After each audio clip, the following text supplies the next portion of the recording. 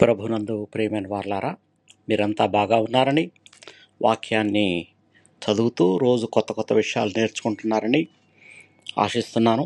ఈరోజు దేవుడు మనకు బయలుపరుస్తున్న ఒక విషయము యోహాను సువార్త 4వ అధ్యాయము 24వ వచనములో యేసు ప్రభువారు స్వయంగా మాట్లాడిన మాటలు.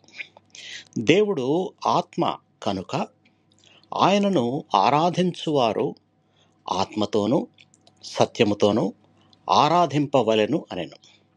ఇక్కడ దేవుడు తన నిజమైన స్థితి, నిజమైన రూపం ఏంటో ఈ సమరయ స్త్రీకి బయలుపరుస్తున్నారు.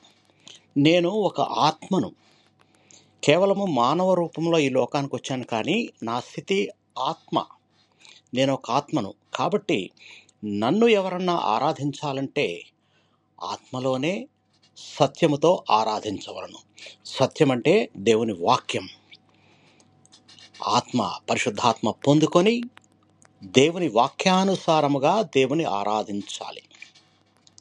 దేవుని ఎలా ఆరాధించాలనే విషయంపై బైబిల్లో చాలా చోట్ల వివరణ ఇవ్వబడింది.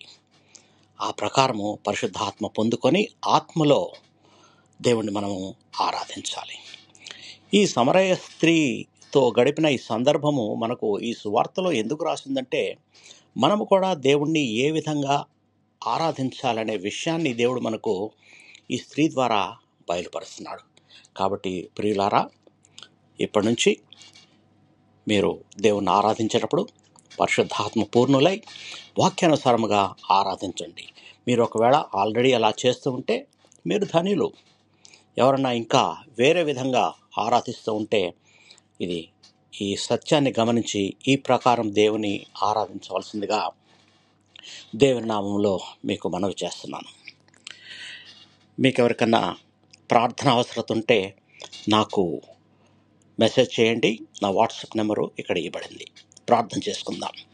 కృపా సత్య సంపూర్ణుడా, కరుణగల తండ్రి, జీవం గల దేవ, జీవాధిపతి, నీ ఉన్నతమైన ఘనమైన శ్రేష్టమైన నామానికి స్తుతులు స్తోత్రములు. ప్రభువా, నీవు ఆత్మస్వరూపి అని మాకు బయలుపరిచిన విధానాన్ని బట్టి మీకు వందనాలు తండ్రి.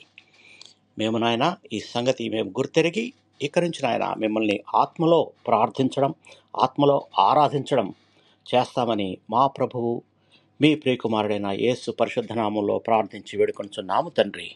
ఆమేన్.